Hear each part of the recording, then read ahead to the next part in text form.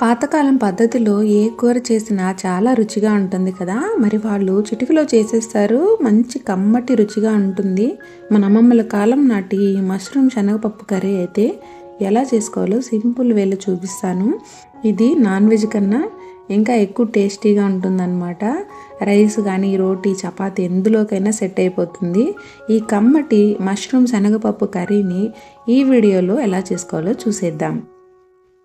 దీనికోసం అయితే మష్రూమ్స్ని ఇలా వాష్ చేసేసి 2 భాగాలుగా కట్ చేసేసుకోవాలి. తర్వాత ఒక 2-3 టమాటాలను అయితే మిక్సీ వేసుకొని ప్యూరీ చేసుకున్నాను. ఒక ఉల్లిపాయను అయితే పెద్ద సైజు తీసుకొని సన్నగా కట్ చేసి పక్కన పెట్టుకున్నాను.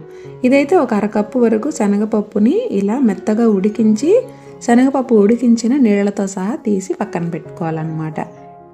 తర్వాత ఇవైతే 1 టీ స్పూన్ ధనియాలు, 1/2 టీ స్పూన్ మిరియాలు, కాస్త సోంపు వేసి ఫ్రై చేశాను. దీన్ని గ్రైండ్ చేసి పక్కన పెట్టుకోవాలి రెడీగా. ఇప్పుడైతే స్టవ్ పైన కడాయి పెట్టుకొని ఒక 3 టేబుల్ స్పూన్ల ఆయిల్ అయితే వేసుకోవాలి. ఆయిల్ కొంచెం ఎక్కువే పడుతుందండి ఈ కర్రీకి. ఆయిల్ ఎక్కువ ఉంటేనే టేస్ట్ బాగుంటుంది. 1 టీ స్పూన్ ఆవాలు వేసుకొని అవి ఫ్రై అయిన తర్వాత కట్ చేసి పక్కన పెట్టుకున్న ఈ ఉల్లిపాయలను అయితే వేసేసుకోవాలి. ఉల్లిపాయలు కాస్త మెత్తబడి కొంచెం పింక్ కలర్కి మారితే సరిపోతుందండి. మరి ఎక్కువగా ఫ్రై అవ్వాల్సిన అవసరం లేదు. ఇవి త్వరగా ఫ్రై అవ్వాలంటే మనకు 1 టీ స్పూన్ వరకు ఉప్పు వేసుకొని ఫ్రై చేసామంటే ఇవి త్వరగా ఫ్రై అయిపోతాయి. ఇప్పుడు ఇందులో 1 టీ స్పూన్ వరకు అల్లం వెల్లుల్లి పేస్ట్ వేస్తున్నాను. ఇది కంప్లీట్గా ఆప్షనల్ అండి. మనం లాస్ట్లో ధనియాల మిరియాల పౌడర్ వేస్తాం కదా, అందులో వెల్లుల్లి వేసి కూడా వేసేయచ్చు. అల్లం వెల్లుల్లి పేస్ట్ వేగిన తర్వాత ఈ టమాటా ప్యూరీని అయితే వేసేసుకొని టమాటా ప్యూరీ నూనె పైకి తేలే వరకు ఉడికించుకోవాలి.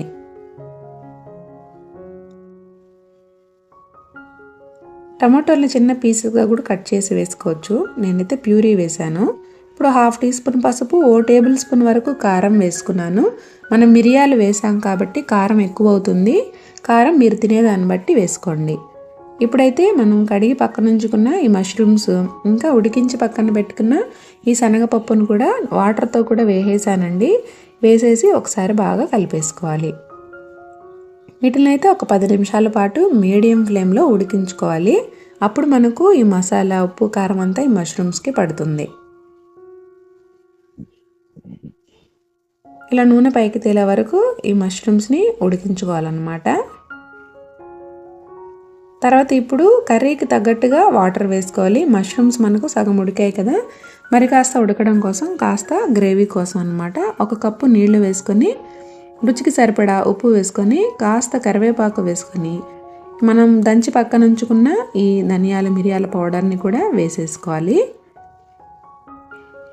ఈ పౌడర్ వేయడం వల్ల కర్రీ టేస్ట్ అనేది చాలా బాగుంటుందండి. మంచి ఫ్లేవర్ వస్తుంది కర్రీకి. ఇప్పుడు ఒకసారి బాగా కలిపేసి మూత పెట్టేసి ఒక 5 నిమిషాల పాటు మీడియం ఫ్లేమ్లో పెట్టి ఉడికించుకోవాలి. మష్రూమ్స్ ఉడకడానికి మనకు ఎక్కువ టైం అయితే పట్టదు. మనం ఆల్రెడీ శనగపప్పుని ఉడికించి వేసాం కాబట్టి ఈ కర్రీ అనేది చిటికలో అయిపోతుంది.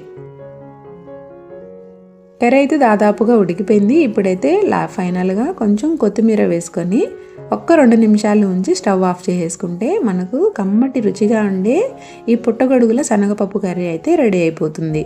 చూస్తుంటేనే నోరు ఊరిపోతుంది కదండి. చపాతీలకైతే చాలా బాగుందండి. రైస్లో కూడా సూపర్గా పర్ఫెక్ట్గా సెట్ అయిపోయింది. మీరు కూడా ఈ రెసిపీ ట్రై చేయండి. మీకు ఎలా వచ్చిందో కామెంట్ సెక్షన్లో చెప్పడం మాత్రం మర్చిపోద్దు. మన వీడియోస్ని మొదటిసారి చూస్తున్నట్లయితే సబ్స్క్రైబ్ చేసుకొని పక్కనే ఉన్న బెల్ ఐకాన్ని యాక్టివేట్ చేసుకోండి. Thanks for watching.